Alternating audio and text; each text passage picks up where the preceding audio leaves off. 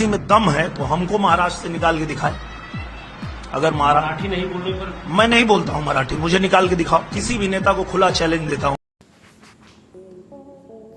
तो अगर आप सोशल मीडिया पे ज़रा से भी एक्टिव हैं तो आपको पता ही होगा कि मुंबई में आजकल क्या चल रहा है। जी हाँ, अगर एक्टिव हैं तो आपको हम बताते हैं कि मुंबई में भाई साहब अभी भाषा का विवाद चल रहा है, जो कि वहाँ पे जो लोकल हैं वो बोल रहे हैं कि मराठी बोलो नहीं तो बहुत मारेंगे, और मार मार के भाई साहब वीडियो बना रहे हैं कि मुंबई में रहना है तो मराठी बोलना पड़ेगा।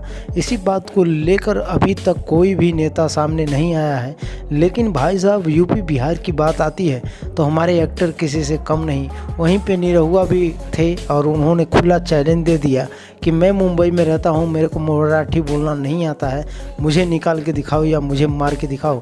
ये बहुत ही ओपनली चैलेंज है पूरे महाराष्ट्र के लिए। और साथ ही साथ पावर स्टार पवन सिंह बहुत ही गुस्से में राज ठाकरे को भाई साहब चैलेंज दे दिए कि भाई साहब यहाँ तो मेरा सब कुछ है, मुंबई में मैं रहता भी हूँ, अगर किसी बंदे में दम है तो भाई साहब आप छू के दिखाओ।